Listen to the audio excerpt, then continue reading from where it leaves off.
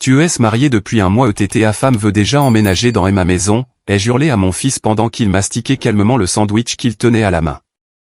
Je me tenais devant la porte de ma propre maison, incapable d'entrer, la clé tremblant entre mes doigts. Ryan me regardait du seuil avec une froideur que je n'avais jamais vue chez lui.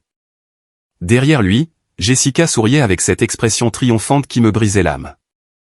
Il haussa les épaules, continuant à mastiquer comme si nous parlions de la météo. Ce n'est pas seulement sa décision, maman. C'est notre décision. À nous deux. Il désigna Jessica d'un hochement de tête. Et oui, nous emménageons ici. Nous avons déjà décidé. Je sentis le sol bouger sous mes pieds. C'était ma maison. La maison que j'avais payée. La maison que j'avais construite de mes propres mains, avec des années de travail, de nuits blanches, de sacrifices que personne n'avait vu ni apprécié. Et maintenant mon fils, mon propre fils, me disait qu'ils allaient prendre ce qui était à moi. C'est ma maison, Ryan, réussis-je à dire, ma voix brisée. Je l'ai payée. J'ai travaillé toute ma vie pour l'avoir. Tu ne peux pas juste décider que vous allez vivre ici sans me demander. Il soupira comme si ma revendication était une gêne. Maman, nous ne te chassons pas. Tu peux rester, mais les choses doivent changer. Cette maison est trop grande pour une seule personne. C'est du gaspillage. Jessica s'avança alors, ce sourire toujours collé à son visage. Eleanor, nous comprenons que c'est un ajustement pour toi, mais pense au positif. Tu ne seras pas seul. Tu auras de la compagnie, et nous pourrons t'aider avec les choses que tu ne peux plus faire seul. Sa voix était douce, mais chaque mot était comme du poison, comme si j'étais une vieille femme inutile qu'il fallait prendre en charge, comme si je n'étais plus capable de gérer ma propre vie. Je n'ai pas besoin d'aide, répondis-je entre des dents serrées. Et je n'ai pas besoin de compagnie. C'est ma maison, et vous n'y emménagez pas. Ryan cessa de mastiquer un instant. Il me fixa. Et dans ses yeux, je vis quelque chose qui me glaça le sang. Le mépris. Maman, ne sois pas difficile. Nous avons déjà pris la décision. Nous emménageons la semaine prochaine, et tu vas devoir coopérer. Son ton était ferme, définitif, comme s'il n'y avait plus rien à discuter. Coopérer. Je répétais le mot, le sentant brûler dans ma gorge. Dans ma propre maison, je dois coopérer. Jessica parla de nouveau, cette fois d'un ton plus direct, ne cachant plus la froideur. Écoute, madame, comprenons quelque chose. Cette maison a une valeur sentimentale pour toi. Nous le savons. Mais les choses changent. Ryan est ton fils. Nous sommes ta famille, et la famille s'entraide. Tu as déjà vécu ta vie. Maintenant, c'est à notre tour de construire la nôtre et nous avons besoin de cet espace. J'étais sans voix. J'avais déjà vécu ma vie. Qu'est-ce que cela signifiait? Que je n'avais plus d'importance? Que je n'avais plus droit à rien? Que tout ce que j'avais construit pouvait être pris par eux simplement parce qu'ils étaient plus jeunes? Ryan termina son sandwich et s'essuya les mains sur son pantalon avec un calme total. Nous avons décidé que si tu te comportes bien, nous te laisserons rester dans la chambre d'amis. Elle est confortable. Elle a sa propre salle de bain. Tu ne te plaindras pas. Ces mots me frappèrent avec une force brutale. La chambre d'amis dans ma propre maison. Comme si j'étais l'invité. Comme s'ils étaient les propriétaires. Comme si ma vie, mon travail, mes sacrifices ne signifiaient absolument rien. Non, dis-je avec toute la fermeté que je pus rassembler. Je n'accepterai pas ça. Cette maison est la mienne. Vous devez partir maintenant. Ryan laissa échapper un rire sec et sans humour. Partir? Maman, nous venons de changer la serrure. Les meubles de Jessica arrivent demain. C'est déjà décidé. Alors, tu peux rendre les choses faciles ou difficiles, mais le résultat sera le même. Je sentis que je ne pouvais plus respirer. Je ne pouvais plus penser. Mon propre sang me trahissait de la manière la plus cruelle possible. Il avait changé la serrure sans ma permission, sans même me le dire. Comme si je n'existais pas, comme si mon opinion n'avait pas d'importance. Vous avez changé la serrure, demandai-je, ma voix tremblante. À ma maison sans me demander? Jessica croisa les bras. Avec cette expression de supériorité que je commençais à reconnaître bien trop bien. C'était nécessaire, Eleanor. Nous devions nous assurer que les choses se faisaient de manière organisée. Nous ne voulions pas de conflits inutiles. Conflits inutiles. Comme si j'étais le problème, comme si défendre ce qui était à moi était irrationnel. Je regardais Ryan, cherchant une trace du garçon que j'avais élevé, du fils à qui j'avais tout donné, que j'avais protégé, que j'avais aimé de toutes mes fibres. Mais ce garçon n'était plus là. À sa place se trouvait un étranger aux yeux froids et au cœur de pierre. « Ryan, s'il te plaît, suppliai-je, me détestant de paraître si désespéré. Cette maison est tout ce que j'ai. C'est ma vie. Tu ne peux pas me la prendre comme ça. » Il secoua la tête d'agacement. « Nous ne te la prenons pas, maman. Arrête d'être dramatique. Nous allons juste vivre ici. C'est logique. C'est pratique. Et c'est déjà décidé. » Jessica fit un pas vers moi, envahissant mon espace. « Eleanor, nous te suggérons de prendre quelques jours pour y réfléchir. Va chez une amie, repose-toi, et quand tu reviendras, les choses seront plus organisées. Ce sera mieux pour tout le monde. Pour toi aussi. » Il me mettait dehors de ma propre maison. Il me mettait dehors comme si j'étais une ordure, comme si je n'avais aucun droit. Comme si mon existence était un inconvénient qu'il fallait résoudre. Ryan ouvrit la porte un peu plus large, faisant un geste de la main comme pour m'inviter à partir. « Maman, il vaut mieux que tu partes pour l'instant. Nous avons besoin d'espace pour tout organiser. Les déménageurs arrivent tôt demain. » Je restais là à les regarder tous les deux, cherchant un signe d'humanité. Un signe que c'était un cauchemar dont j'allais me réveiller? Mais il n'y avait rien, seulement de la froideur, seulement de l'indifférence, seulement cette terrible certitude que mon fils m'avait trahi de la pire façon possible. Je fis un pas en arrière, m'éloignant de la porte. Mes jambes tremblaient tellement que je pensais que j'allais tomber. Mon cœur battait si fort que je sentais qu'il allait exploser dans ma poitrine. Ryan ferma la porte lentement, sans hâte, me fixant jusqu'au dernier moment. J'entendis le pen glisser en place de l'intérieur. Ce son fut comme une sentence finale, un coup définitif qui me laissa à bout de souffle. Je restai seul dans le couloir devant la porte fermée de ma propre maison, avec une clé inutile à la main et un terrible vide dans la poitrine. Les lumières du couloir vacillèrent légèrement, comme si même l'électricité me plaignait. Je ne savais pas quoi faire. Je ne savais pas où aller. Je savais seulement que quelque chose en moi venait de se briser en 1000 morceaux et que rien, absolument rien, ne serait plus jamais pareil. Mais avant de vous raconter comment j'en suis arrivé à ce moment d'humiliation totale, laissez-moi me présenter. Je m'appelle Eleanor Bishop. J'ai 70 ans et c'est mon histoire. Une histoire de trahison, d'ingratitude, et de la façon dont j'ai récupéré ce qui m'appartenait alors que tout le monde pensait que j'étais déjà vaincu. Une histoire que beaucoup d'entre vous pourraient reconnaître. Parce que l'abandon à la vieillesse est quelque chose qui arrive plus souvent que nous ne voudrions l'admettre. Mais pour comprendre comment j'en suis arrivé à ce moment horrible devant la porte de ma maison, je dois vous ramener dans le temps. Je dois vous dire qui je suis, ce que j'ai construit, et combien chaque mètre carré de cette maison que mon fils a décidé de m'arracher m'a coûté. Je dois vous emmener au début, au moment où tout a commencé. Quand je croyais encore que mon fils m'aimait. Quand je lui faisais encore confiance, quand je pensais encore que la famille signifiait plus que l'intérêt personnel et la commodité. Parce que cet après-midi-là, debout dans ce couloir sombre avec le cœur brisé et les mains vides, j'ai pris une décision. Je n'allais pas rester silencieuse. Je n'allais pas accepter cette injustice. Et même si je ne le savais pas à l'époque, cette décision allait tout changer. Pour comprendre pourquoi j'avais l'impression de mourir devant ma propre porte d'entrée cet après-midi-là, vous devez connaître mon histoire. Vous devez savoir qui je suis et combien chaque brique de cette maison, que Ryan a décidé de me prendre comme si ce n'était rien, m'a coûté. Je m'appelle Eleanor Bishop, et j'ai 70 ans. Mais je n'ai pas toujours été cette femme aux cheveux gris que vous voyez maintenant. Il fut un temps où j'étais jeune, forte, pleine de rêves. Il fut un temps où je croyais que l'amour était éternel et que la famille était la chose la plus importante au monde. Je me suis marié très jeune, à 20 ans, à un homme qui avait promis de prendre soin de moi pour la vie. Robert était son nom. Il était beau, travailleur, disait tout ce qu'il fallait au bon moment.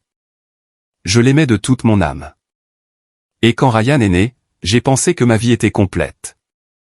J'ai pensé que j'avais trouvé ma place dans le monde. Mais la vie a des façons cruelles de vous apprendre que rien n'est permanent. Robert est mort quand Ryan n'avait que 5 ans. Un accident de travail, une chute stupide qui n'aurait pas dû le tuer. Mais ça l'a fait. Et du jour au lendemain, je me suis retrouvé seul avec un petit enfant, sans maison à moi, sans économie, rien d'autre que mes mains et ma volonté de survivre. La famille de Robert a disparu après les funérailles. Ses frères, qui avaient tant promis de m'aider, ne sont jamais revenus. Ses parents ont dit qu'ils souffraient aussi, qu'ils ne pouvaient pas assumer plus de responsabilités. Alors, je me suis retrouvé seul, complètement seul avec un enfant à nourrir et un avenir incertain. J'ai loué une petite chambre dans une vieille maison du centre-ville. Je payais $200 par mois que je pouvais à peine rassembler. Je travaillais en nettoyant des maisons le jour et en faisant la lessive la nuit. Ryan passait ses après-midi avec une voisine qui me faisait la faveur de le garder pour quelques dollars par semaine. Je me souviens de ces nuits interminables à laver les vêtements à la main jusqu'à ce que mes bras me fassent mal. Mes mains craquelaient par le savon et l'eau froide. Pendant que je frottais et frottais, je regardais Ryan dormir sur le matelas que nous partagions et je me promettais qu'un jour nous aurions quelque chose de mieux. Qu'un jour nous aurions notre propre maison. Chaque centime que je gagnais, je le divisais en 3 parties. Une pour le loyer, une pour la nourriture, et une, aussi petite soit-elle, pour le rêve d'acheter une maison. Je gardais cet argent dans une vieille boîte à café que je cachais sous le matelas. Parfois c'était $5, parfois seulement 2, mais je n'arrêtais jamais d'économiser. Ryan grandissait et je continuais à travailler sans arrêt. Je nettoyais 4 maisons par jour, 7 jours sur 7. Mes genoux commençaient à me faire mal avant même mes 30 ans. Mes mains se remplissaient de cicatrices et de callosités, mais je m'en fichais. Chaque douleur, chaque sacrifice était pour lui. C'était pour notre avenir. Quand Ryan a eu 10 ans, j'avais déjà économisé $3000. Ce n'était pas beaucoup, mais c'était plus que ce que j'avais jamais eu dans ma vie. J'ai continué à économiser. J'ai continué à travailler. J'ai continué à rêver du jour où je pourrais acheter un terrain, même petit, même lointain, pourvu qu'il soit à nous. La nuit, quand Ryan dormait, je sortais la boîte à café et comptais l'argent. Je le touchais avec révérence comme s'il était sacré parce que pour moi il l'était. Cet argent représentait chaque heure de travail, chaque mal de dos, chaque fois que j'avais dit non à quelque chose que je voulais parce que je devais économiser. Ryan n'a jamais compris ces sacrifices. Pour lui, il y avait toujours de la nourriture sur la table. Il avait toujours des vêtements propres. Il pouvait toujours aller à l'école. Il n'a jamais su combien de fois j'ai sauté des repas pour qu'il puisse bien manger. Il n'a jamais su combien de nuits je suis resté éveillé à raccommoder les vêtements des autres pour pouvoir payer ses fournitures scolaires. Quand il a eu 15 ans, j'avais déjà $8000 d'économisés. C'est là que j'ai appris qu'une femme âgée vendait une petite maison à la périphérie de la ville. Elle était vieille. Elle avait besoin de réparation, mais le prix était abordable, $15000. Cela me semblait impossible. Il me manquait encore presque la moitié, mais je suis allé la voir quand même. C'était une simple maison à 2 chambres avec un petit jardin. Les murs avaient des fissures. Le toit fuyait. Les fenêtres étaient cassées. Mais quand je suis entré et que j'ai vu cet espace vide, j'ai vu plus qu'une vieille maison. J'ai vu un foyer. J'ai vu notre foyer. J'ai parlé à la propriétaire. Je lui ai expliqué ma situation. Je lui ai dit que j'étais veuve, que j'avais un fils, que j'économisais depuis 10 ans. Je lui ai offert les $8000 que j'avais et j'ai promis de lui payer le reste en 2 ans. Elle m'a regardé avec méfiance au début, mais quelque chose dans mes yeux a dû lui dire que j'étais sérieuse, que je tiendrais ma parole. Elle a accepté. Elle m'a donné 2 ans pour lui payer les $7000 restants. Nous avons signé un simple accord manuscrit sans avocat ni banque, juste 2 femmes scellant un accord avec une poignée de main et une promesse. J'ai emménagé dans cette maison avec Ryan le lendemain. Je me souviens de son visage quand il a vu l'endroit. Il a grincé. C'est ici que nous allons vivre, maman, a-t-il demandé d'un ton déçu. C'est horrible. Ces mots m'ont fait mal, mais je les ai ignorés. C'est à nous, mon fils, lui ai-je dit. Pour la première fois de nos vies, nous avons quelque chose qui est à nous, et nous allons le réparer ensemble. Mais Ryan n'a jamais aidé. Il n'a jamais pris un marteau. Il n'a jamais peint un mur. Il n'a jamais balayé la cour. Il disait qu'il avait des devoirs, qu'il était fatigué, que c'était un travail d'adulte.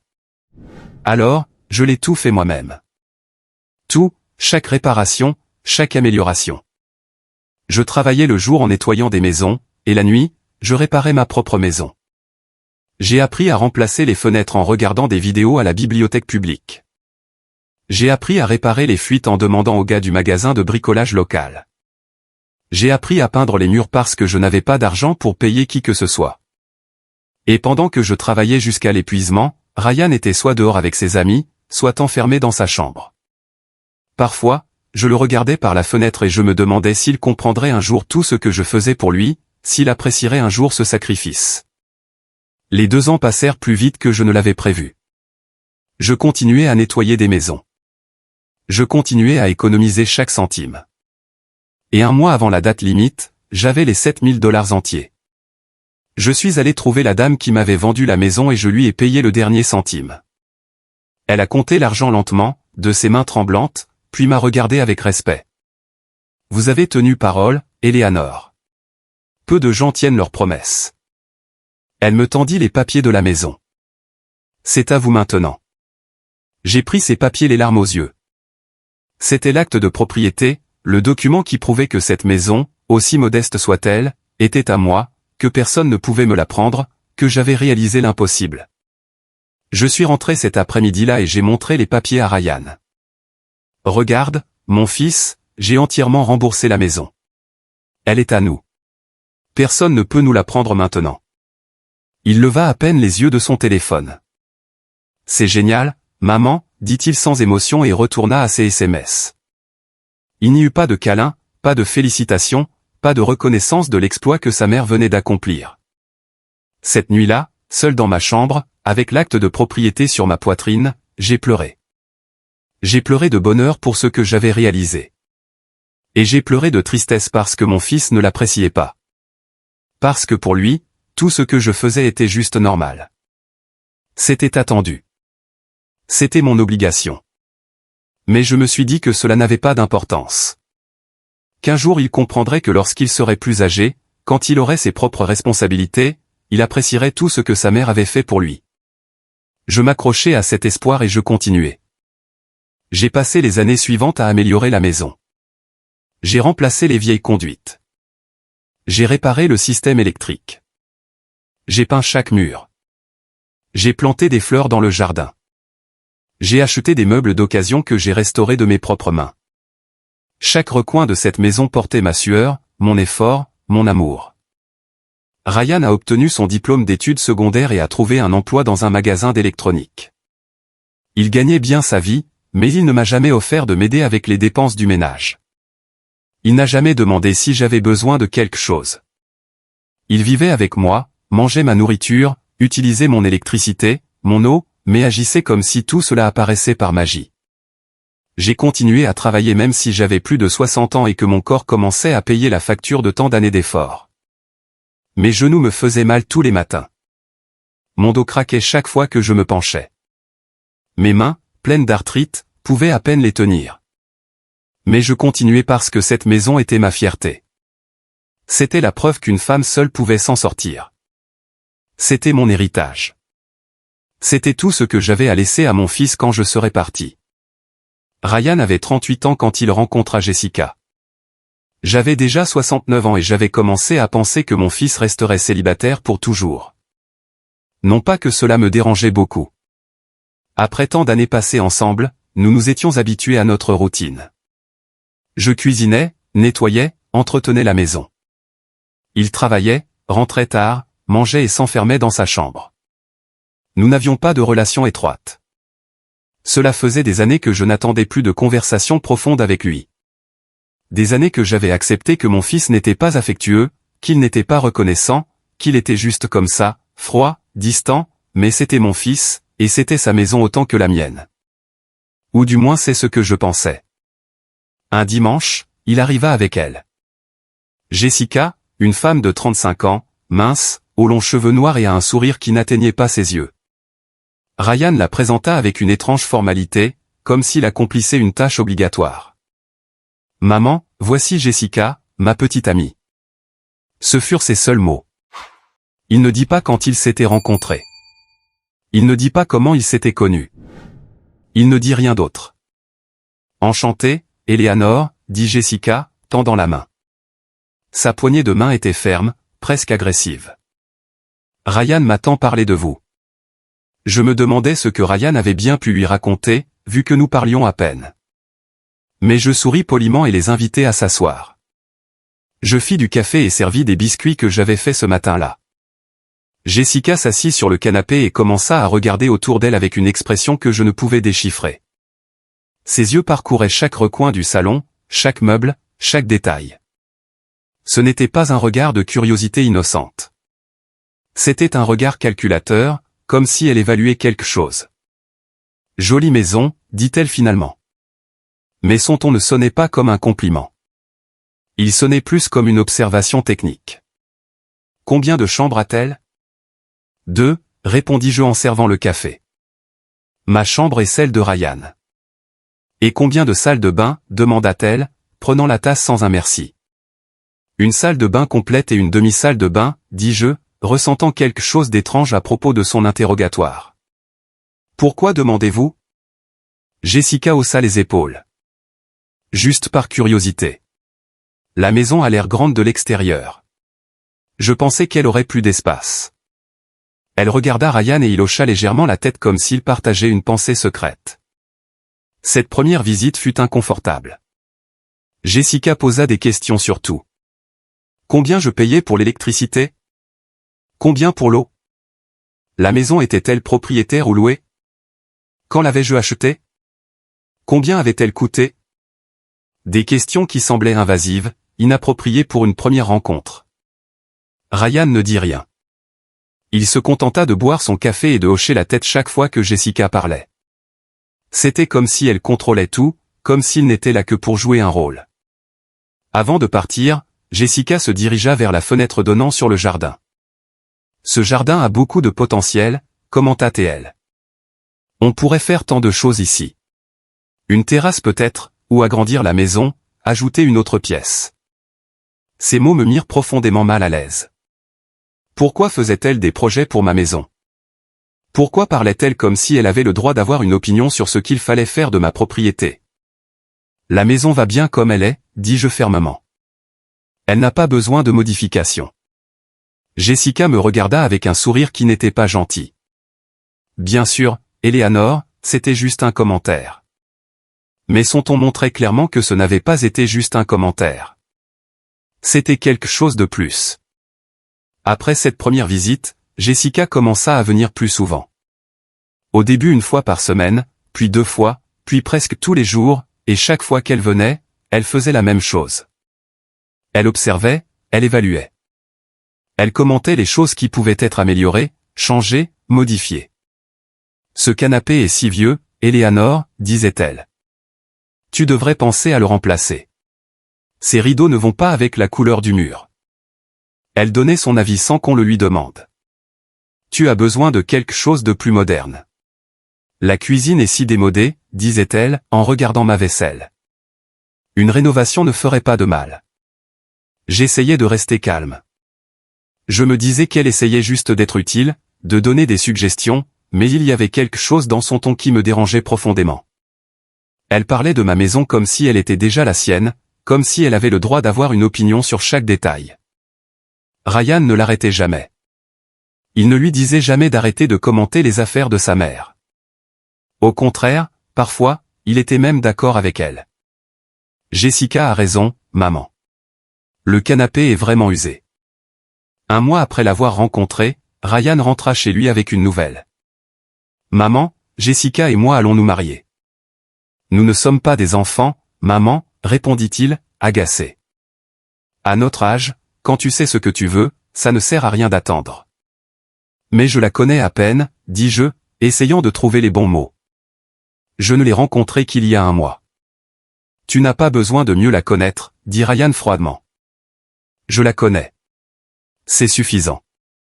Le mariage fut une petite affaire. Peu d'invités. Une cérémonie rapide au tribunal. J'y suis allé, bien sûr, mais je me sentais comme une étrangère. Jessica avait toute sa famille là. Cousins, tantes, frères et sœurs, tous célébrant et riant. Du côté de Ryan, il n'y avait que moi, seul comme toujours.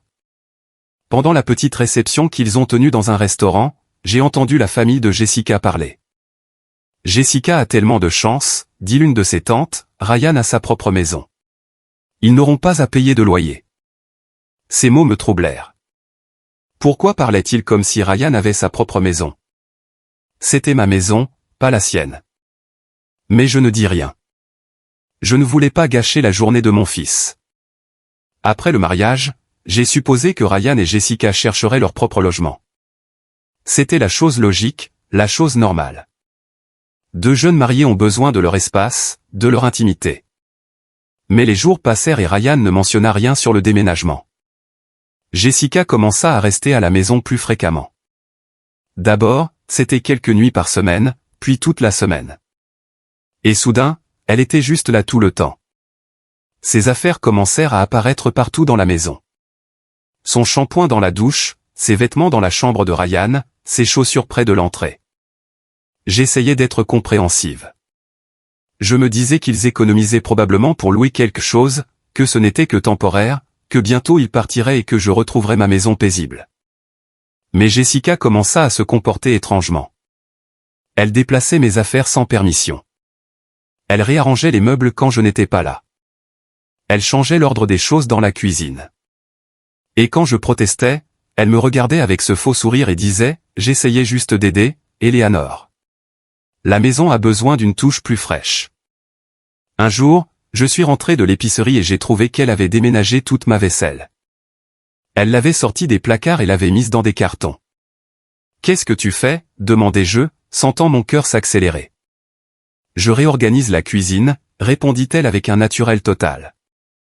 Cette vaisselle est trop vieille. J'en ai acheté de la nouvelle. Elle est plus moderne. Je n'ai pas demandé de nouvelle vaisselle, dis-je, essayant de contrôler ma colère. Cette vaisselle est la mienne. Je l'ai depuis des années. Exactement, Eleanor. Elles ont trop d'années.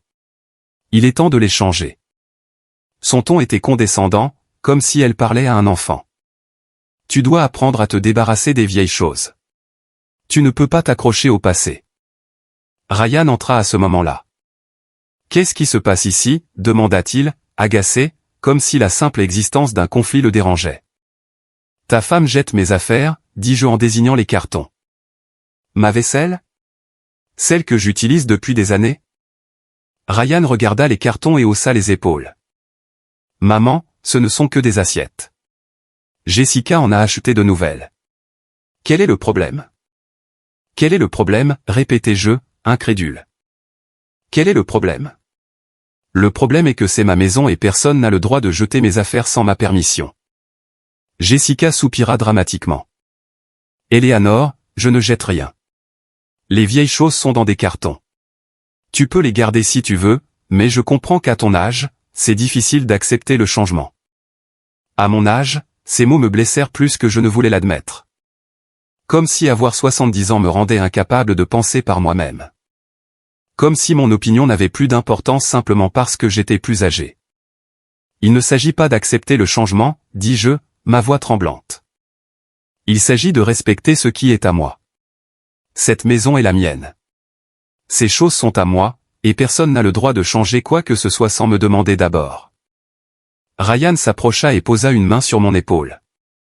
Maman, calme-toi. Ce n'est pas grave. Ce ne sont que des assiettes. Mais ce n'était pas juste des assiettes. C'étaient mes assiettes.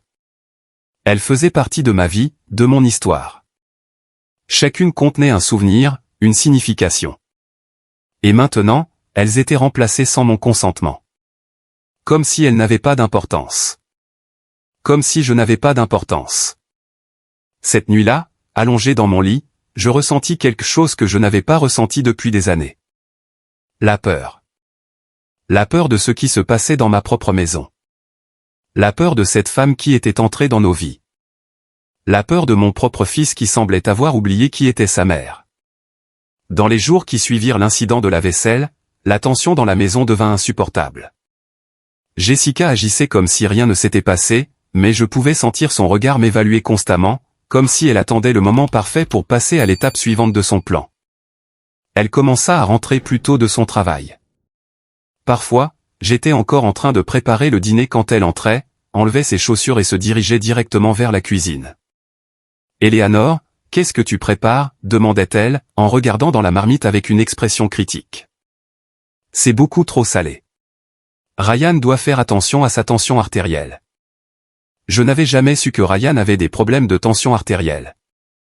Il ne me l'avait jamais mentionné. Mais quand je lui ai demandé, il s'est contenté de hocher la tête. « Oui, maman.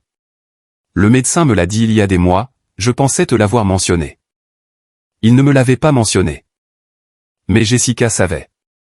Elle savait des choses sur mon fils que je ne savais pas. Et cela me faisait mal d'une manière que je ne peux pas expliquer. Cela me faisait me sentir comme une étrangère dans ma propre famille. Jessica commença à cuisiner certains soirs. Elle arrivait avec des sacs d'épicerie remplis d'ingrédients que je ne reconnaissais pas. Elle s'emparait de ma cuisine, utilisait mes casseroles, mes poêles, et préparait des repas que Ryan adorait. Il mangeait ce qu'elle cuisinait avec enthousiasme tandis que ma nourriture restait intacte dans son assiette. « C'est vraiment bon, Jessica, » disait Ryan, mastiquant avec satisfaction. « Tu devrais en faire plus souvent. » Je restais silencieuse, picorant la nourriture dans mon assiette, sentant quelque chose en moi se briser petit à petit. Ce n'était pas seulement que Jessica cuisinait mieux. C'était que mon fils préférait sa nourriture.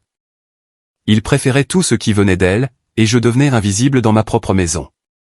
Un après-midi, je suis rentré du marché, portant les sacs lourds.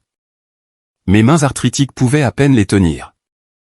Je suis entré et j'ai trouvé Jessica assise sur mon canapé, parlant au téléphone. Quand elle m'a vu, elle a brusquement raccroché. « Éléanore, nous devons parler de quelque chose, » dit-elle d'un ton sérieux. Elle se leva et marcha vers moi, les bras croisés. J'ai remarqué que la maison avait besoin de beaucoup de réparations. La salle de bain a une fuite. Les fenêtres ne ferment pas correctement. Le jardin est négligé. Le jardin va bien, répondis-je, posant les sacs sur la table. Et oui, il y a quelque chose à réparer, mais je m'en occupe petit à petit. Petit à petit ne suffit pas, Éléanore, dit Jessica avec ce ton condescendant que je commençais à trop bien connaître. Une maison a besoin d'un entretien constant, et franchement, je pense que c'est trop pour toi seul. J'ai géré cette maison seule pendant plus de 20 ans, dis-je, sentant la colère commencer à bouillir dans ma poitrine. Je pense que je sais ce que je fais. Jessica s'approcha, envahissant mon espace personnel. Ce que je dis, c'est que c'est peut-être le moment pour quelqu'un d'autre de prendre les décisions importantes concernant cette maison. Quelqu'un de plus jeune, quelqu'un avec plus d'énergie. Ces mots me frappèrent comme un coup de poing dans l'estomac. Quelqu'un comme vous, demandai-je, incapable de retenir le sarcasme. Quelqu'un comme Ryan et moi, corrigea-t-elle avec un sourire froid. Nous sommes une famille maintenant, et les familles prennent des décisions ensemble. Cette maison est la mienne, dis-je d'une voix ferme. Les décisions me reviennent. Jessica soupira comme si elle essayait de raisonner avec un enfant têtu. Éléanore, je comprends que tu as un attachement émotionnel à cette maison, mais tu dois être réaliste. Tu as 70 ans. Combien de temps penses-tu pouvoir gérer tout ça toute seule? Cette question me laissa sans voix. Non pas parce que je n'avais pas de réponse, mais parce que je réalisais ce qu'elle disait vraiment. Elle me traitait comme si j'étais déjà inutile. Comme si juste parce que j'avais 70 ans, je n'étais plus capable de prendre des décisions concernant ma propre vie. Ryan arriva à ce moment-là. Jessica changea immédiatement d'expression pour une fausse inquiétude. Ryan, ta mère et moi parlions justement des réparations dont la maison a besoin. Je pense que nous devrions engager un professionnel pour tout vérifier. Ça coûte de l'argent, dit Ryan, laissant tomber son sac à dos sur le canapé. Combien penses-tu que ça coûterait? Peut-être 1500 cents ou $2000, répondit Jessica. Mais c'est un investissement nécessaire. Je n'ai pas cet argent, dis-je rapidement. Et je n'ai pas besoin d'engager qui que ce soit. Je peux réparer les choses moi-même. Jessica me regarda avec une pitié feinte. Éléanore, tu ne peux pas monter sur des échelles à ton âge. C'est dangereux. Tu pourrais tomber et te casser quelque chose. J'ai monté sur des échelles toute ma vie, répondis-je entre des dents serrées. Je n'ai pas besoin que tu me dises ce que je peux ou ne peux pas faire. Ryan intervint. Alors, maman, Jessica s'inquiète juste pour toi. Tu n'as pas besoin de te mettre dans cet état. Me mettre dans cet état, répétai-je, incrédule. Me mettre dans cet état? Je rentre chez moi pour trouver ta femme en train de me dire que je ne suis plus capable de gérer ma propre vie. Comment t'attends-tu à ce que je réagisse? Personne ne dit ça, dit Jessica d'une voix douce. Mais ses yeux étaient durs comme des pierres. Nous disons juste que tu as peut-être besoin d'aide. Que tu ne peux peut-être plus tout faire seul. Ce n'est pas une mauvaise chose. C'est naturel. Cela fait partie du vieillissement. Ces mots me blessèrent profondément. Vieillir. Comme si c'était une maladie. Comme si à 70 ans, je ne valais plus rien. Comme si mon expérience, ma force, ma capacité ne signifiaient rien. Au cours des semaines suivantes, la situation s'aggrava. Jessica commença à inviter sa famille à la maison sans me prévenir. Elle arrivait avec ses frères, ses cousins, sa mère. Ils s'asseyaient dans mon salon, mangeaient à ma table, utilisaient ma salle de bain, et je devais les servir comme s'ils étaient des invités bienvenus. Un après-midi, sa mère regardait la maison avec une expression critique. C'est petit, commenta-t-elle à haute voix, mais ça a du potentiel. Avec quelques rénovations, ça pourrait avoir l'air beaucoup mieux. Jessica hocha la tête avec enthousiasme. C'est ce que j'ai dit à Eleanor. Mais vous savez comment sont les personnes âgées. Elles sont tellement ancrées dans leurs habitudes. Elles ne veulent pas de changement. Je me tenais dans la cuisine, écoutant chaque mot, sentant mon sang bouillir. Elles parlaient de ma maison comme si je n'étais pas là, comme si mon opinion n'avait pas d'importance, comme si elles avaient déjà décidé que cette maison était la leur. Ryan entra et s'assit avec elles. Il ne me défendit pas. Il ne leur dit pas d'arrêter de parler comme ça. Il se contenta de hocher la tête et de se joindre à la conversation sur les changements qu'il ferait à la maison. Ma maison. Cette nuit-là, quand ils furent enfin tous partis, je m'enfermai dans ma chambre et je pleurais. Je pleurais de rage. Je pleurais d'impuissance. Je pleurais parce que je me sentais prisonnière dans ma propre maison. Parce que la maison que j'avais achetée avec tant de sacrifices, que j'avais réparée de mes propres mains, était envahie par des gens qui ne l'appréciaient pas. Le lendemain matin, Jessica entra dans ma chambre sans frapper. J'étais encore en pyjama, à peine réveillée. Eleanor, il faut qu'on parle, dit-elle en s'asseyant sur le bord de mon lit sans attendre d'invitation. Qu'est-ce qu'il y a, demandai-je, sentant un mauvais pressentiment. Ryan et moi avons parlé, commença-t-elle d'un ton sérieux. Et nous pensons que ce serait mieux pour tout le monde si nous apportions quelques changements à la maison. De grands changements. Quel genre de changement, demandai-je. Bien que je savais déjà que la réponse ne me plairait pas. Eh bien, pour commencer, cette chambre est la plus grande de la maison, dit-elle en regardant autour d'elle. Ryan et moi en avons besoin. Nous sommes un couple marié. Nous avons besoin de plus d'espace. Tu pourrais emménager dans l'ancienne chambre de Ryan. Elle est plus petite, mais pour une personne, c'est suffisant. Je n'arrivais pas à croire ce que j'entendais. Vous voulez que je quitte ma propre chambre? Ce n'est pas ta chambre, Eleanor, dit Jessica. C'est une chambre dans cette maison, et il est logique que le couple marié ait la plus grande chambre. C'est logique. Logique, répétai-je, sentant ma gorge se serrer. Vous savez ce qui est logique, Jessica? Que toi et Ryan trouviez votre propre maison. Que vous arrêtiez d'envahir la mienne. Jessica se leva du lit, son expression dure. Fais attention à ce que tu dis, Eleanor. Ryan est ton fils. Il a autant le droit d'être ici que toi. Cette maison est à moi, dis-je en me levant aussi. Je l'ai achetée.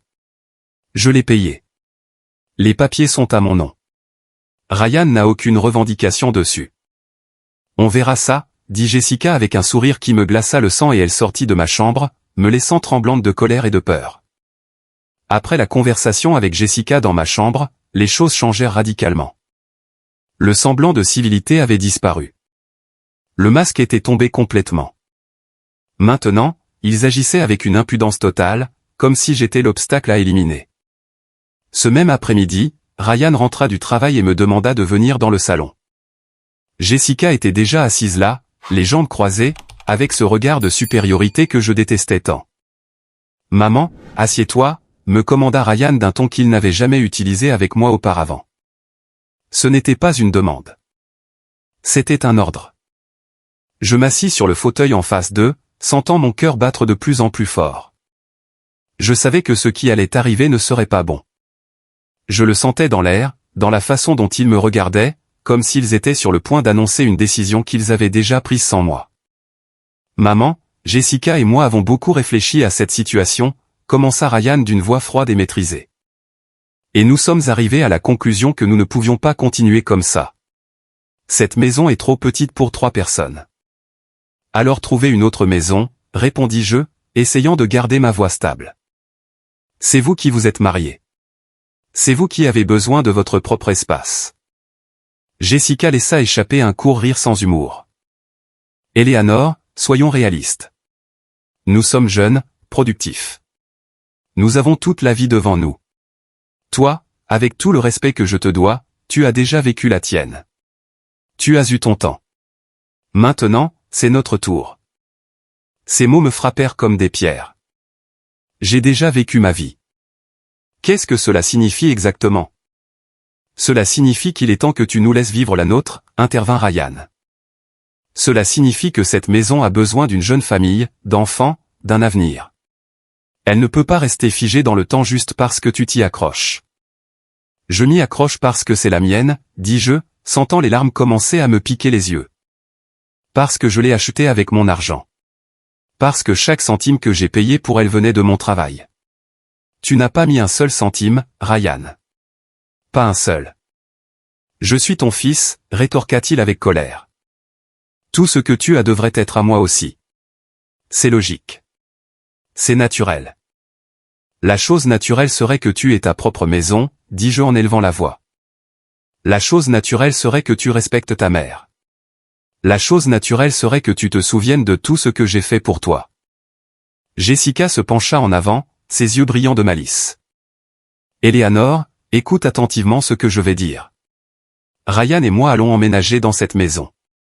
Nous ne te demandons pas ta permission. Nous t'informons et tu vas devoir décider si tu veux coopérer ou si tu veux rendre les choses difficiles. Coopérer, répétai-je le mot, sentant mon estomac se tordre. Coopérer à quoi? À ce que vous voliez ma maison. Personne ne vole rien, maman, dit Ryan, agacé. Arrête d'être si dramatique. Nous t'offrons de rester. Nous t'offrons une place dans cette maison. Beaucoup de gens dans ta situation n'ont pas ce luxe. Ma situation, demandai-je, sentant la rage commencer à vaincre la peur. Quelle situation? Celle d'être propriétaire de ma propre maison. D'avoir travaillé toute ma vie pour avoir quelque chose à moi. La situation d'être une femme âgée seule sans ressources, dit Jessica cruellement. Sans nous, qu'est-ce que tu vas faire? Continuer à vivre ici seul jusqu'à ce qu'un jour quelque chose t'arrive et que personne ne le découvre avant qu'il ne soit trop tard? Ces mots étaient conçus pour me blesser. Et ils réussirent parce qu'ils touchaient à mes peurs les plus profondes. La peur de la solitude, la peur de la vieillesse, la peur d'être laissé complètement seul dans ce monde. J'ai 70 ans, pas 90, dis-je, essayant de me défendre. Je peux encore prendre soin de moi. Je peux encore travailler. Je peux encore me débrouiller seul. Travailler? Ryan laissa échapper un rire amer. Maman, tu as à peine du travail maintenant. Les dames pour qui tu nettoyais ne t'appellent plus. Tes genoux te font tellement mal que tu peux à peine marcher certains matins. Ne te leurre pas.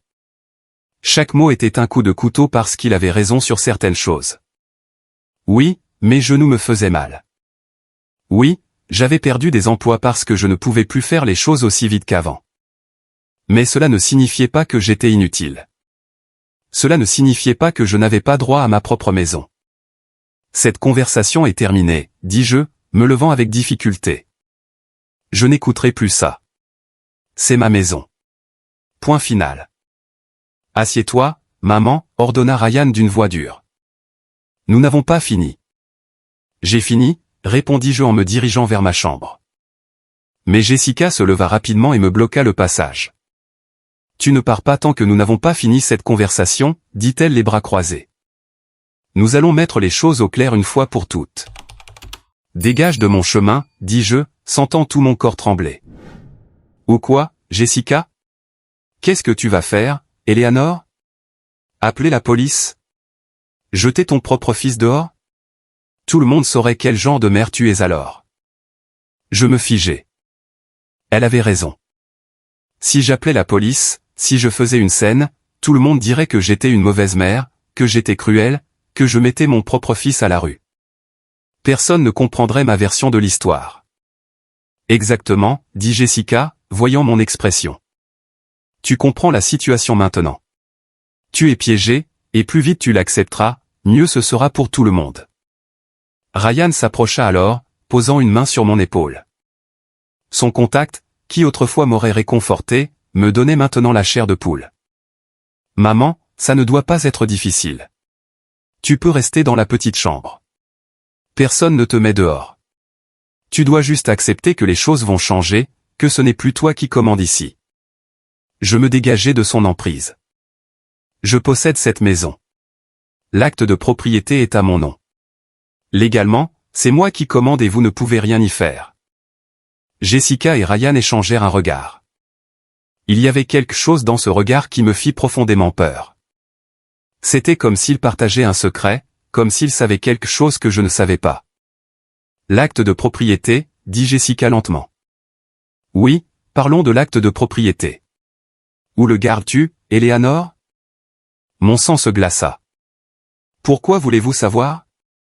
Juste par curiosité, répondit-elle avec un sourire. Il devrait être en lieu sûr. Un document si important. Ce serait terrible s'il se perdait ou s'il lui arrivait quelque chose. Je compris la menace implicite dans ces mots.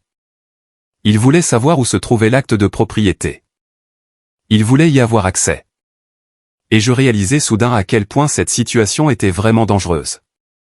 Il est en lieu sûr, dis-je, essayant d'avoir l'air confiante. Et je ne vous dirai pas où. Ça n'a pas d'importance, dit Ryan avec indifférence. Nous le trouverons finalement. Cette maison n'est pas si grande. La menace était claire. Ils allaient chercher mes documents. Ils allaient essayer de trouver l'acte de propriété. Et je savais que s'ils le trouvaient, je ne savais pas ce qu'ils en feraient.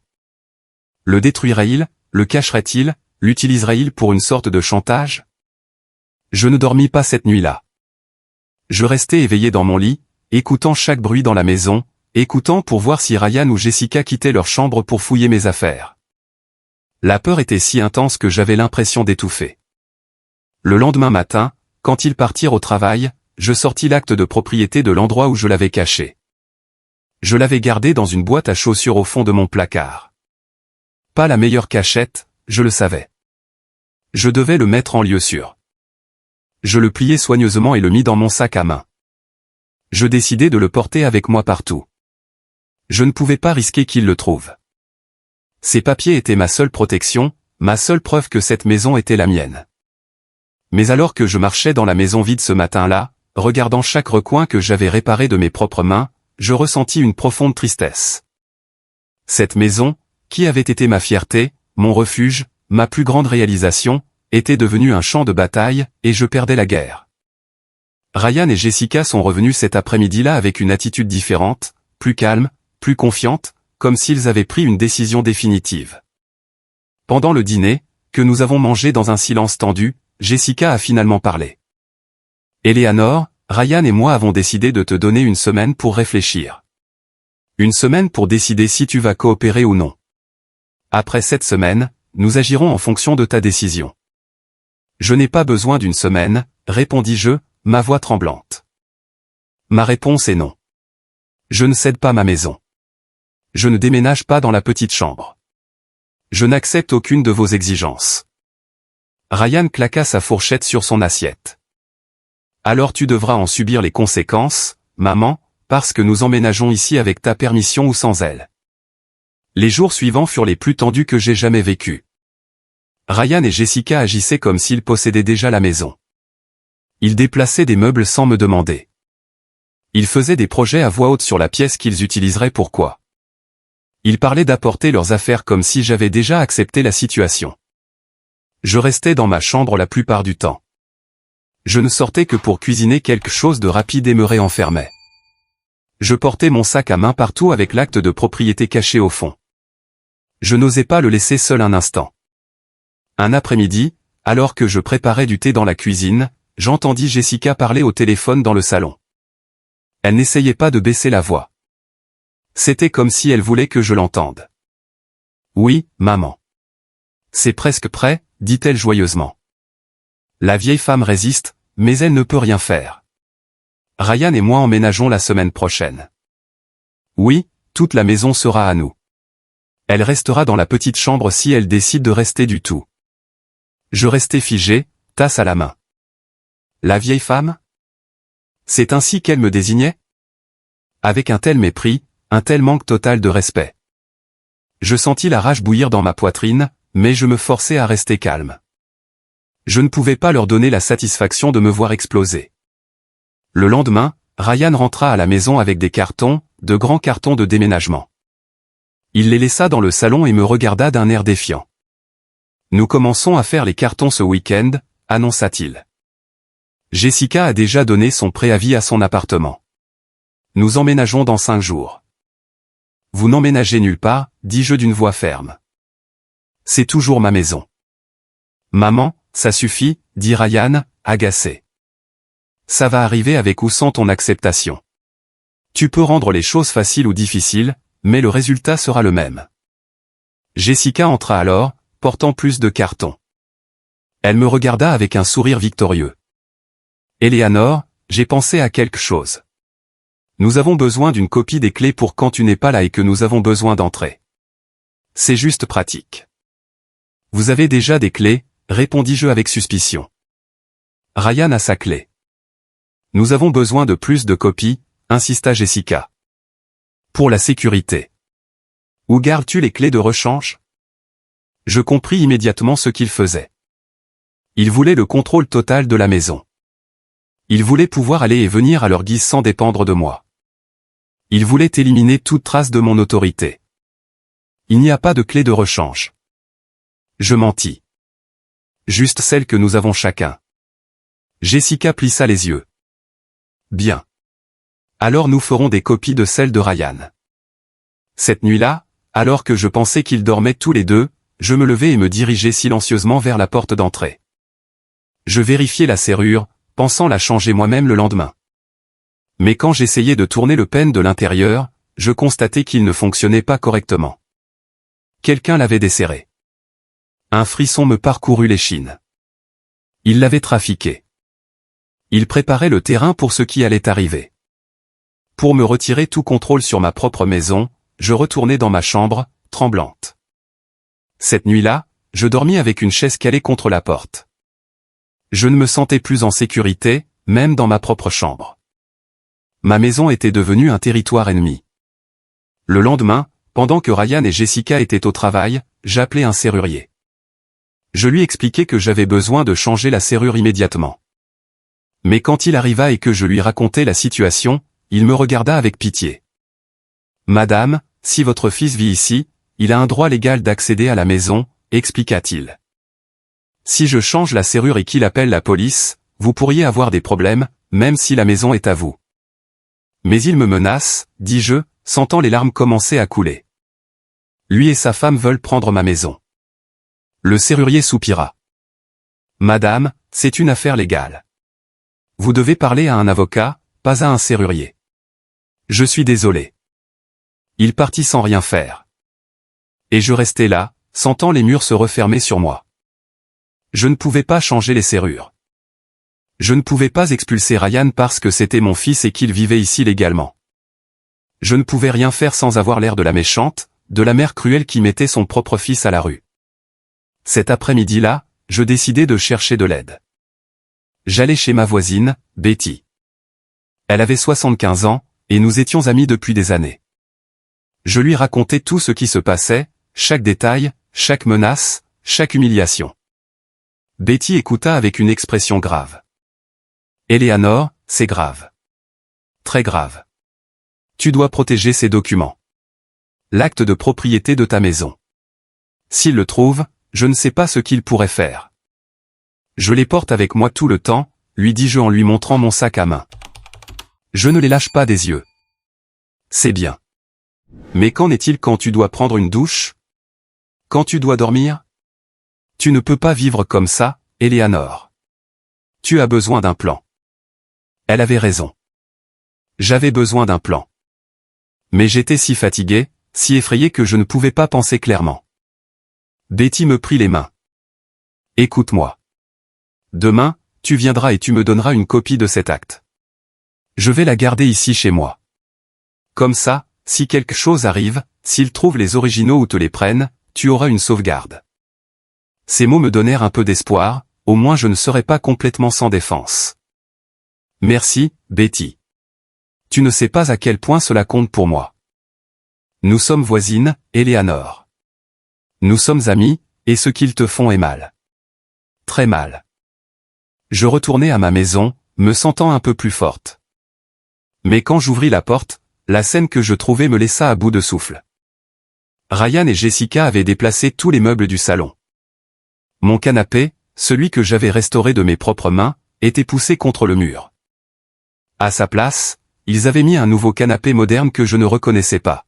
« Qu'est-ce que vous avez fait ?» demandai-je, sentant mon cœur s'emballer. « Nous avons amélioré le salon », répondit Jessica nonchalamment. Ce vieux canapé était inutile. Nous en avons acheté un nouveau. Bien mieux. Ce canapé était le mien, dis-je, ma voix tremblante. Je l'ai réparé moi-même. Il a une valeur sentimentale. Il avait une valeur sentimentale, corrigea Ryan. Nous l'avons déjà enlevé. Le camion poubelle passe demain. Ils l'avaient jeté. Je n'arrivais pas à croire ce que j'entendais. Ils avaient jeté mon canapé sans me demander. Maman, c'était de la ferraille, dit Ryan, agacé. Arrête de faire un drame pour tout.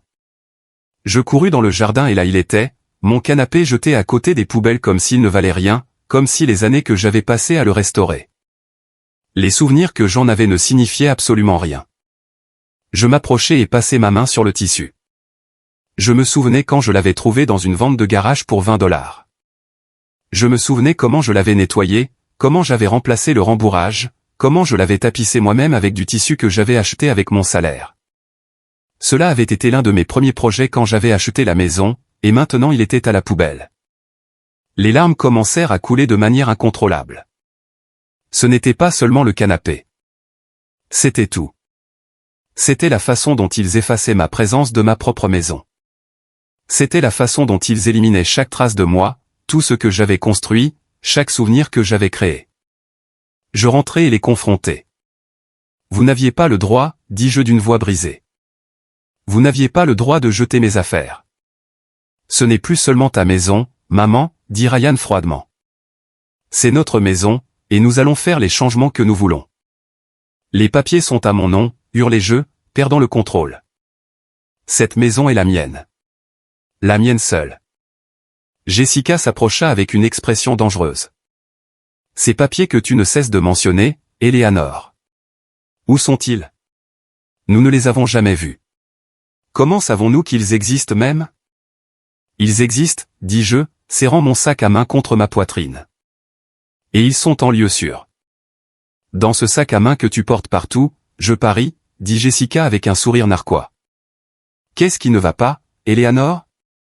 Peur que nous les trouvions? Vous ne les aurez jamais, répondis-je avec toute la fermeté que je pouvais rassembler. Jamais. Ryan s'avança. Alors, maman, donne-moi ce sac à main. Non, je reculai. Je ne te le donne pas. Donne-moi ce sac à main, maman, répéta-t-il, tendant la main. Ne me force pas à te le prendre. Mon propre fils me menaçait. Mon propre fils, que j'avais élevé, nourri, protégé, menacé d'user de la force pour voler mes documents. N'ose pas me toucher, dis-je, ma voix tremblante mais ferme. N'ose pas. Il y eut un moment de tension où personne ne bougea. Ryan me regarda avec rage. Jessica observa la scène avec satisfaction, et je serrai mon sac à main comme si ma vie en dépendait. Finalement, Ryan baissa la main. Bien, maman. Garde tes stupides papiers, mais ça ne change rien. Nous emménageons dans 4 jours, et il n'y a rien que tu puisses faire pour l'arrêter. Cette nuit-là, pendant qu'il dormait, j'ai fait mes valises avec quelques affaires essentielles dans une petite valise. Des vêtements, des médicaments, quelques effets personnels, et le lendemain matin, très tôt avant qu'il ne se réveille, j'ai quitté la maison. J'ai passé les 3 jours suivants chez Betty. Elle m'a accueilli sans poser de questions. Elle m'a fait du thé et m'a laissé pleurer autant que j'en avais besoin. Je lui avais donné une copie de l'acte de propriété de ma maison, comme elle l'avait suggéré. Au moins, cela me donnait un peu de tranquillité d'esprit. Tu ne peux pas fuir pour toujours, Eleanor, me dit Betty la 2e nuit. C'est ta maison. Tu dois leur faire face. Je sais, répondis-je, fixant ma tasse de thé. Mais j'avais besoin de temps pour réfléchir, pour décider quoi faire. As-tu pensé à obtenir de l'aide juridique, demanda-t-elle avec inquiétude. Un avocat pourrait te conseiller sur tes droits. Je n'ai pas d'argent pour des avocats, avouai-je, sentant la honte me brûler les joues. J'ai à peine assez pour traverser le mois. Betty soupira. Alors tu vas devoir être plus intelligente qu'eux. Tu vas devoir utiliser ce que tu as. Les documents qui prouvent que cette maison est à toi. Elle avait raison. Les documents étaient ma seule arme, mais je ne savais pas comment les utiliser. Je ne savais pas comment arrêter ce que Ryan et Jessica faisaient. Pendant ces jours, Ryan m'a appelé plusieurs fois. Il a laissé des messages sur le téléphone de Betty qu'elle m'a transmis. Il dit, où es-tu? Il dit, tu dois revenir. Qu'ils sont déjà en train de déménager et qu'ils ont aussi besoin de toi là-bas. Range tes affaires. Ranger mes affaires comme si j'étais une invitée qui ramasse ses affaires avant de partir. Comme s'ils étaient des hôtes généreux qui me donnaient le temps de faire mes valises. Le 4e jour, je savais que je ne pouvais plus me cacher. C'était ma maison, mon foyer. Je n'allais pas la leur donner sans me battre. Alors, j'ai pris mon sac à main, m'assurant que l'acte de propriété était bien rangé, et je suis rentré. Quand je suis arrivé chez moi cet après-midi-là, la première chose que j'ai remarquée, c'est le camion de déménagement garé dehors. Il y avait des hommes qui portaient des meubles que je ne reconnaissais pas. Neufs, modernes, chers. Ils les emménageaient dans ma maison pendant qu'ils sortaient mes affaires. J'ai vu ma table de salle à manger, celle que j'avais achetée en liquidation il y a 15 ans et polie jusqu'à ce qu'elle brille, être transportée vers la rue. J'ai vu mes chaises, ma lampe, mes tableaux, tout être enlevé comme si c'était des ordures. Je marchais jusqu'à la porte, mes jambes tremblantes. Je ne frappais pas. C'était ma maison. Je n'avais pas à frapper. J'introduisis ma clé dans la serrure et tournai. La porte ne s'ouvrit pas. J'essayai encore. Rien. Mon cœur commença à battre la chamade. Ils avaient changé la serrure. Je frappai à la porte. Ryan, ouvre. C'est ma maison. Les déménageurs me regardèrent avec malaise, mais ne dirent rien. Ils continuèrent juste à porter les meubles, faisant leur travail, inconscients du drame qui se déroulait. Finalement, la porte s'ouvrit et il était là, mon fils, Ryan, avec une expression froide et indifférente, comme si j'étais une étrangère agaçante. « Pourquoi avez-vous changé la serrure ?» demandai-je, sentant ma voix se briser.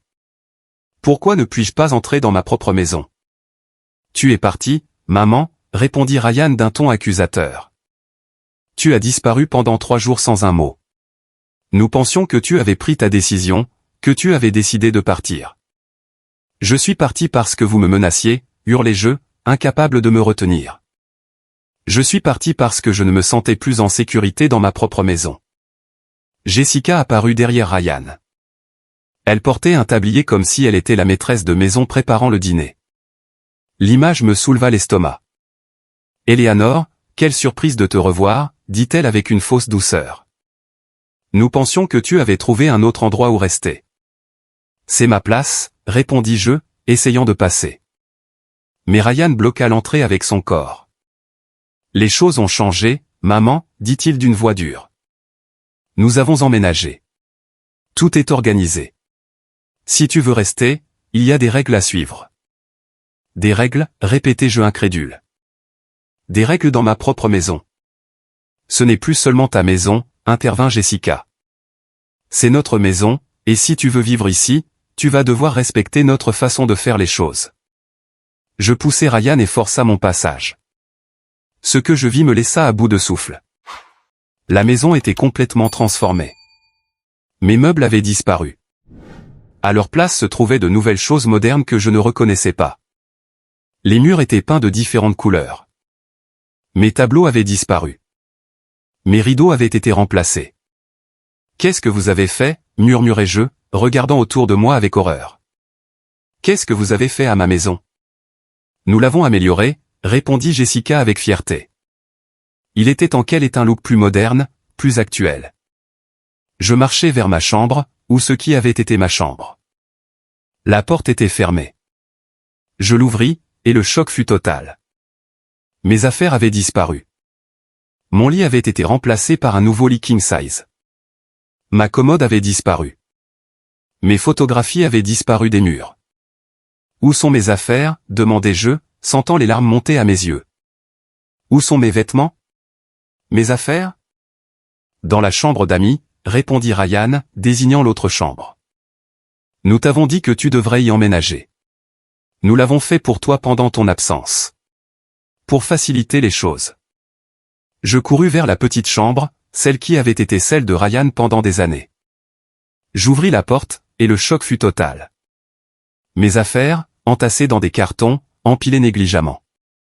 Mes vêtements jetés sur le matelas simple qui rentrait à peine dans l'espace, mes effets personnels fourrés dans des sacs poubelles. Non, dis-je en secouant la tête. Non, ce n'est pas possible. Je me tournai vers eux, une pure rage me traversant les veines. C'est illégal. Vous ne pouvez pas faire ça. Cette maison est la mienne. L'acte de propriété est à mon nom. J'appelle la police. Jessica croisa les bras avec un sourire narquois. Vas-y, appelle la police. Et explique-leur comment tu mets ton propre fils à la rue. Explique comment tu es cruel envers ton unique fils qui veut juste vivre avec sa femme. Voyons comment ils réagissent. Je sortis mon téléphone de mes mains tremblantes. Mais avant que je puisse composer le numéro, Ryan me l'arracha. Tu n'appelles personne, maman. Tu vas te calmer. Tu vas accepter la situation, et tu vas commencer à agir comme une adulte. Donne-moi mon téléphone, exigeai-je, tendant la main. Non, répondit Ryan, le mettant dans sa poche. Pas avant que tu te calmes. Pas avant que tu acceptes les choses telles qu'elles sont maintenant. Je restais là, sans téléphone, sans accès à ma propre chambre, entouré d'étrangers qui portaient des meubles qui n'étaient pas les miens dans une maison qui était la mienne. Le sentiment d'impuissance était accablant. Écoute, maman, dit Ryan d'un ton plus doux, presque raisonnable. Ça ne doit pas être comme ça. Tu peux rester. Tu peux vivre ici. Tu dois juste accepter que les choses ont changé. Que Jessica et moi sommes une famille maintenant. Que nous avons besoin de notre espace. Dans ma maison, dis-je d'une voix brisée. Vous avez besoin de votre espace dans ma maison. C'était ta maison, corrigea Jessica. Mais les choses évoluent. Les familles changent, et tu dois évoluer aussi. Les déménageurs finirent de charger les meubles et partirent. La maison sombra dans un lourd silence. J'étais toujours debout au milieu du salon, où ce qui avait été mon salon, me sentant comme une intruse dans ma propre maison. Nous avons décidé que si tu te comportes bien, nous te laisserons rester dans la chambre d'amis, dit Ryan, répétant les mêmes mots qu'il avait utilisés quelques jours auparavant. Mais il y a des conditions. Des conditions, demandai-je amèrement. Oui, intervint Jessica, sortant un morceau de papier. Nous les avons écrites pour que tout soit clair. Premièrement, tu ne peux pas entrer dans notre chambre sans permission. Deuxièmement, tu ne peux pas toucher à nos affaires. Troisièmement, tu dois nous faire savoir si tu vas utiliser la cuisine. Quatrièmement, tu dois garder ta chambre propre et bien rangée. Cinquièmement, si nous avons des invités, tu dois rester dans ta chambre, sauf si nous t'invitons à sortir. Chaque mot était une humiliation. Chaque règle était conçue pour me rappeler que je n'avais plus aucun pouvoir dans ma propre maison. Je n'accepte pas ça, dis-je, ma voix ferme malgré le tremblement de mes mains. Je ne vais pas vivre comme une prisonnière dans ma propre maison. Alors tu as deux options, dit Ryan froidement. Tu acceptes les règles et tu restes, où tu pars et tu trouves un autre endroit où vivre. C'est ma maison, répétai-je pour la énième fois. Je ne vais nulle part. Alors accepte les règles, dit Jessica, rangeant le papier.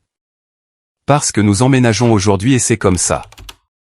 Je restais là à les regarder tous les deux, cherchant une trace d'humanité, un signe de remords, mais il n'y avait rien.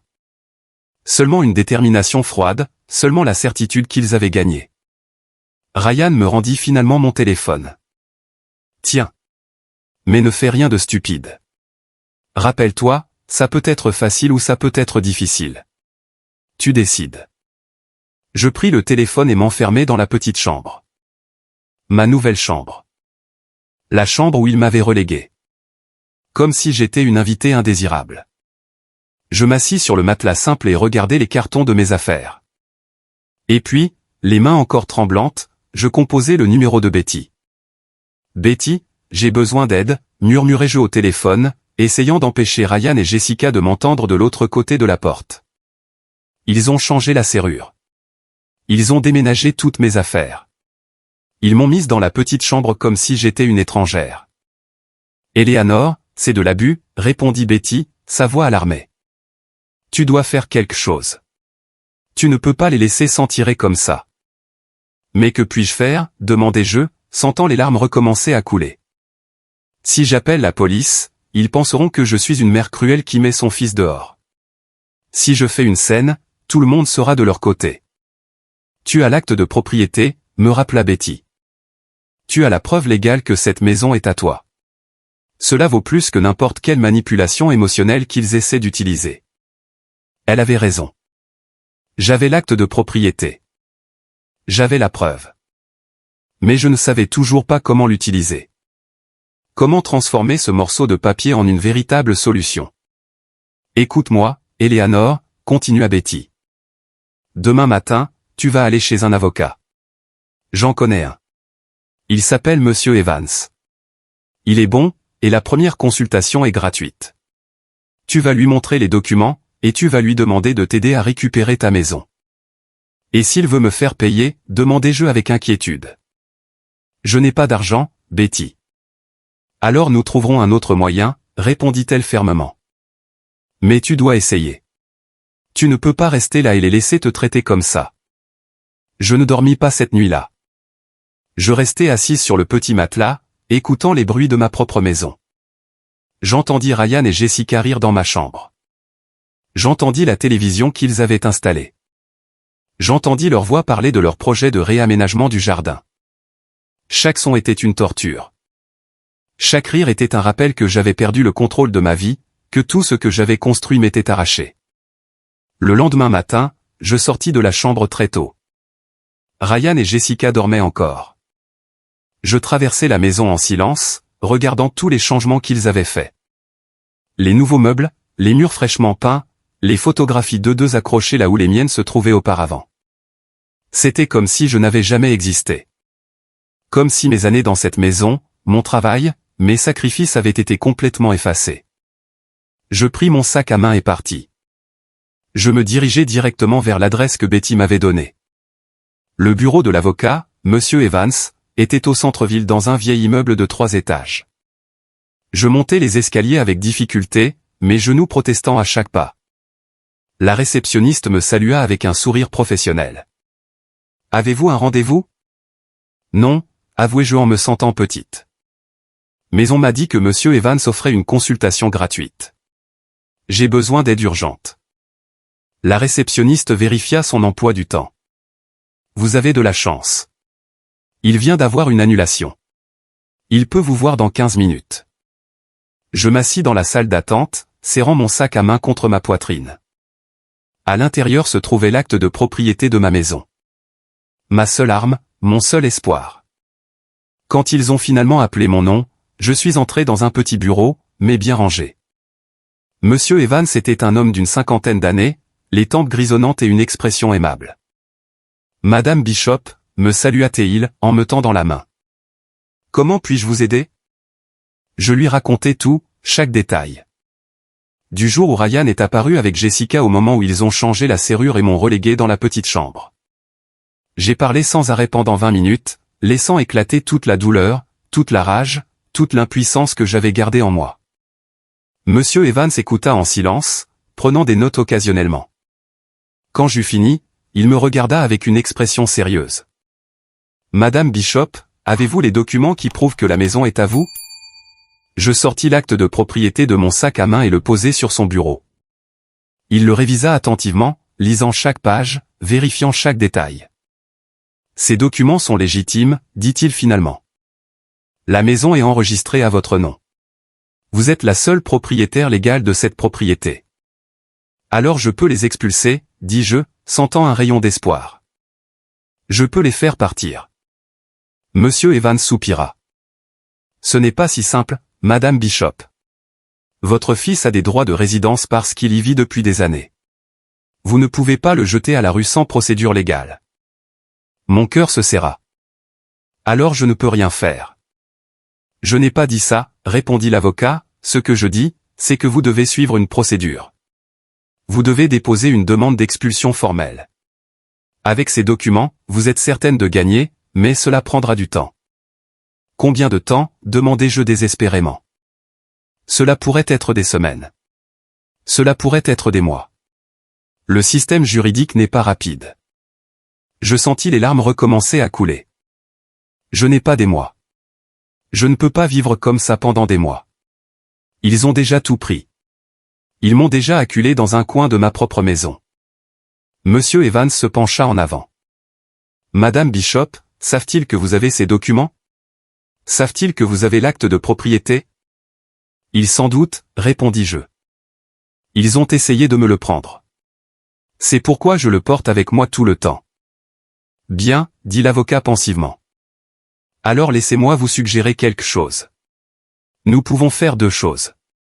Premièrement, nous commençons la procédure d'expulsion légale. Cela les effrayera. Cela leur montrera que vous êtes sérieuse. La seconde est que vous repreniez le contrôle de la situation d'une manière plus directe. Direct, demandai-je, ne comprenant pas. Votre fils a changé la serrure. Correct. C'est illégal. Vous êtes la propriétaire de la propriété. Vous pouvez changer la serrure à nouveau. Vous pouvez entrer chez vous quand vous voulez. Et s'ils vous arrêtent, ils commettront un crime. Ces mots me donnèrent une idée. Une idée dangereuse, mais une idée quand même. Et si je changeais la serrure quand ils ne sont pas là, demandai-je lentement. Et si je reprenais le contrôle de ma maison? Monsieur Evans me regarda avec une expression que je ne pouvais pas tout à fait lire. Légalement, c'est votre droit. C'est votre propriété, mais vous devez être prête aux conséquences. Votre fils ne va pas prendre ça calmement. Je m'en fiche maintenant, dis-je, sentant quelque chose en moi se durcir. Je me fiche d'avoir l'air de la méchante. Je me fiche de ce que les autres pensent. C'est ma maison, et je vais la récupérer. L'avocat hocha la tête. D'accord, alors.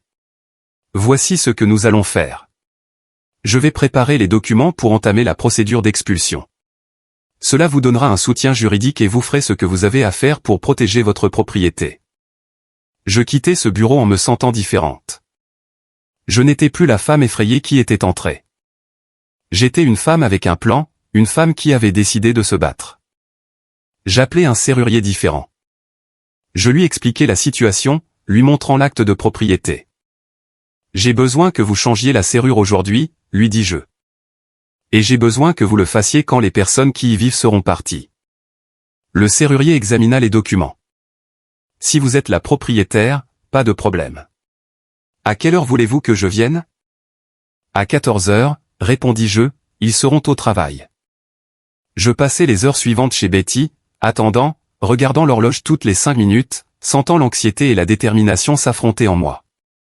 À 14 heures pile, le serrurier arriva. Je l'attendais devant ma maison.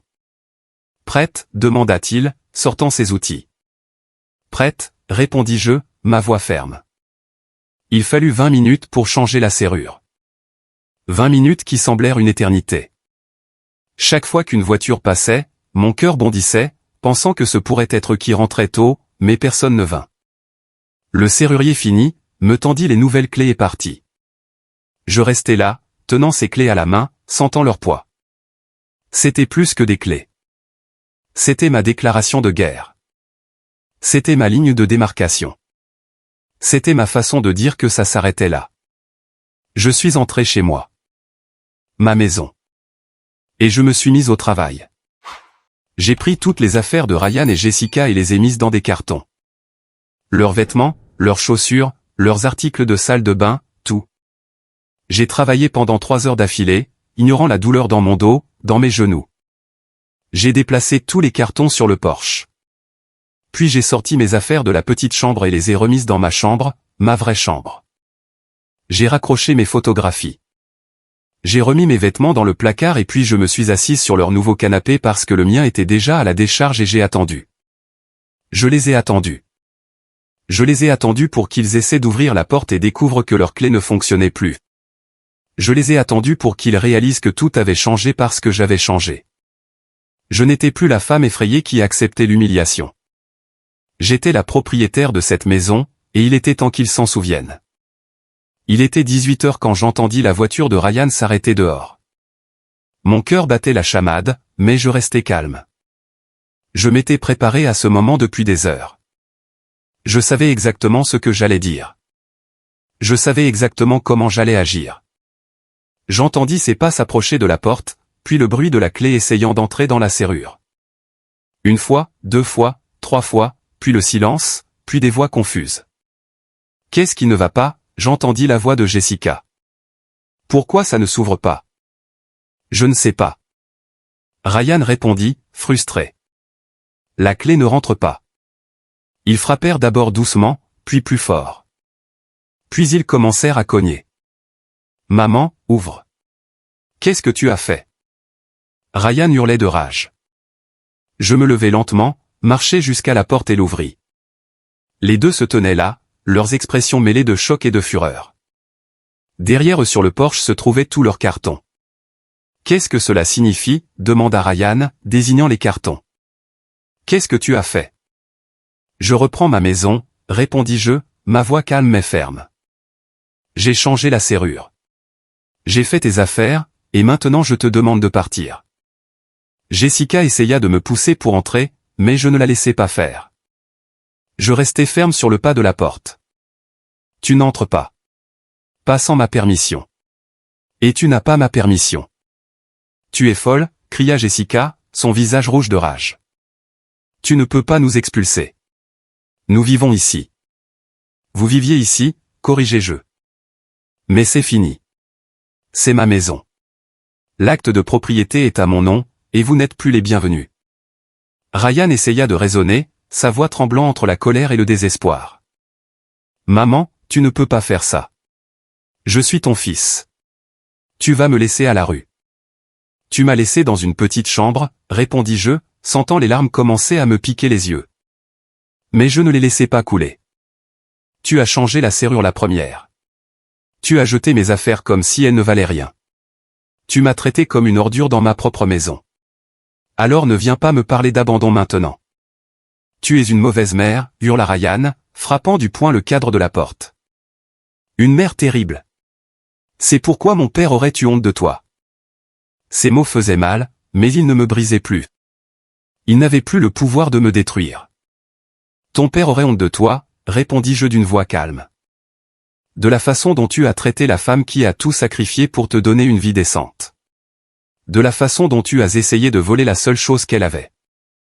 Jessica sortit son téléphone. J'appelle la police. Tu vas voir. Ils vont t'arrêter pour nous avoir mis dehors. Vas-y, dis-je, croisant les bras. Appelle-les, et quand ils arriveront, je leur montrerai l'acte de propriété de cette maison qui prouve que j'en suis la seule propriétaire.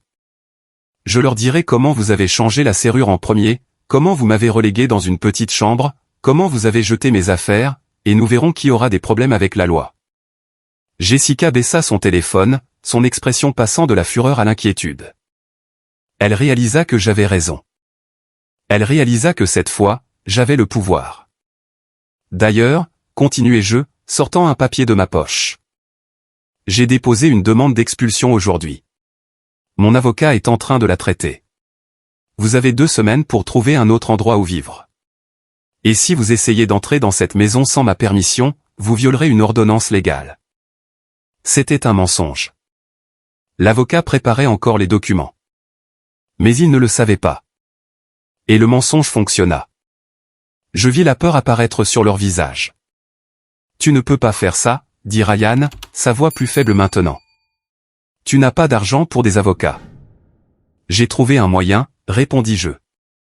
Il s'avère que lorsqu'une mère de 70 ans est maltraitée par son propre fils, il y a des gens prêts à aider sans demander de l'argent. Ryan s'effondra sur la marche du porche, la tête dans les mains. Jessica le fusilla du regard comme si tout cela était de sa faute. Et peut-être l'était-ce. Peut-être que si Ryan ne l'avait pas épousée, rien de tout cela ne serait arrivé. Ou peut-être avait-il toujours été comme ça et je n'avais juste pas voulu le voir. Vous pouvez prendre vos affaires, dis-je, désignant les cartons. Vous avez jusqu'à demain pour tout emporter. Après cela, tout ce qui reste ira à la poubelle. Et les meubles, demanda Jessica amèrement. Les nouveaux meubles que nous avons achetés. Vous pouvez les prendre, répondis-je. Je n'en veux pas. Je ne veux rien qui me rappelle cette période. Nous avons dépensé plus de $5000 pour ces meubles, protesta Jessica. Nous ne pouvons pas simplement les déménager comme ça. Vous auriez dû y penser avant d'essayer de voler ma maison, dis-je sans sympathie. Vous avez jusqu'à demain. Après cela, je ferme la porte et tout ce qui reste est perdu. Je rentrai et fermai la porte. Je les entendis crier dehors pendant quelques minutes. Puis j'entendis la voiture démarrer. Ils étaient partis, du moins pour l'instant. Cette nuit-là, je dormis dans mon propre lit, dans ma propre chambre. Pour la première fois depuis des semaines, je ressentis la paix. Ce n'était pas une paix heureuse. C'était une paix lourde, lugubre, mais c'était la paix. Le lendemain, Ryan et Jessica arrivèrent avec un camion de déménagement. Ils ne frappèrent pas. Ils n'essayèrent pas de me parler. Ils chargèrent simplement leurs affaires et leurs meubles en silence. Je les regardais de la fenêtre, sans rien dire. Quand ils eurent fini, Ryan s'approcha de la porte. Il frappa, mais je ne le laissai pas entrer. Nous parlerons à travers la porte fermée, maman, dit-il, sa voix fatiguée. Je suis désolé. Je suis désolé pour tout ce qui s'est passé. Je voulais le croire. Je voulais ouvrir la porte et le serrer dans mes bras et lui pardonner. Mais je savais que si je le faisais, tout recommencerait. Il en profiterait de nouveau. Il me traiterait mal de nouveau. Je ne te crois pas, Ryan, répondis-je, ma voix ferme. Et même si c'était le cas, le mal est fait. Tu as détruit quelque chose qui ne peut être réparé. Alors, je ne suis plus ton fils, demanda-t-il, sa voix se brisant. Tu seras toujours mon fils, répondis-je, sentant enfin les larmes couler. Mais tu ne peux plus faire partie de ma vie. Pas comme ça. Pas après ce que tu m'as fait. Il y eut un long silence. Puis j'entendis ses pas s'éloigner. J'entendis le camion démarrer et ils étaient partis. Les jours suivants furent étranges. La maison était vide sans les nouveaux meubles. J'ai dû recommencer à acheter des choses, petit à petit, avec le peu d'argent que j'avais. Mais tout ce que j'achetais était à moi. Chaque décision que je prenais était à moi. Personne ne me disait quoi faire. Personne ne me traitait comme si j'étais un fardeau. Betty venait souvent me rendre visite. Nous buvions du thé et parlions. « Comment te sens-tu » me demanda-t-elle un après-midi. Seul, avouai-je. Mais libre. C'est une solitude différente de celle que je ressentais quand ils étaient là. Cette solitude faisait mal. Cette solitude est tranquille. As-tu eu des nouvelles de Ryan demanda-t-elle prudemment. Je secouai la tête. Non, c'est mieux ainsi. Peut-être qu'un jour il comprendra ce qu'il a fait. Peut-être qu'un jour il viendra demander pardon pour de vrai. Mais si ça n'arrive pas, tant pis. Je ne vais pas vivre ma vie à attendre que les gens changent. Les mois passèrent. J'ai retrouvé mes emplois de nettoyage petit à petit. Je ne gagnais pas beaucoup, mais c'était suffisant pour survivre, pour payer mes factures, pour entretenir ma maison. Ma maison. Ces deux mots signifiaient quelque chose de différent maintenant. Ce n'était pas seulement un endroit où je vivais. C'était ma victoire. C'était la preuve qu'une femme de 70 ans pouvait se défendre, pouvait se battre, pouvait gagner. Un après-midi, 6 mois après tout ce qui s'était passé, quelqu'un frappa à ma porte. Quand j'ouvris, il y avait Ryan seul. Sans Jessica, il avait l'air différent, plus mince, plus fatigué, plus vieux. « Maman, dit-il doucement. On peut parler ?» Je le regardais longuement. Une partie de moi voulait lui claquer la porte au nez. Une partie de moi voulait lui crier dessus pour toute la douleur qu'il m'avait causée. Mais une autre partie, plus fatiguée, plus sage, voulait juste écouter. « On peut parler dehors ?» dis-je en sortant sur le porche et en fermant la porte derrière moi. Je ne le laissais pas entrer. Peut-être que je ne le laisserais plus jamais entrer, mais je pouvais écouter. « J'ai quitté Jessica, dit-il, regardant le sol. Tu avais raison à son sujet. Tu avais raison sur tout. Je ne dis rien. J'attendis. Je sais que je ne peux pas annuler ce que j'ai fait, continua-t-il, sa voix se brisant. Je sais que je t'ai blessé d'une manière impardonnable, mais j'avais besoin que tu saches que je suis désolé. Je suis vraiment désolé. Qu'est-ce que tu veux, Ryan, demandai-je, fatigué. Le pardon? Que je te dise que tout va bien? Non, répondit-il, levant les yeux. Je sais que ça ne va pas. Je sais que ça n'ira peut-être jamais bien. Je voulais juste. Je voulais juste que tu saches que je le regrette. Que si je pouvais remonter le temps, je ferais tout différemment. Je le regardais dans les yeux, cherchant la vérité dans ses paroles. Et pour la première fois depuis longtemps, je vis mon fils, non pas l'homme cruel qui m'avait trahi, mais le garçon que j'avais autrefois aimé de tout mon cœur. Merci de me l'avoir dit, dis-je finalement.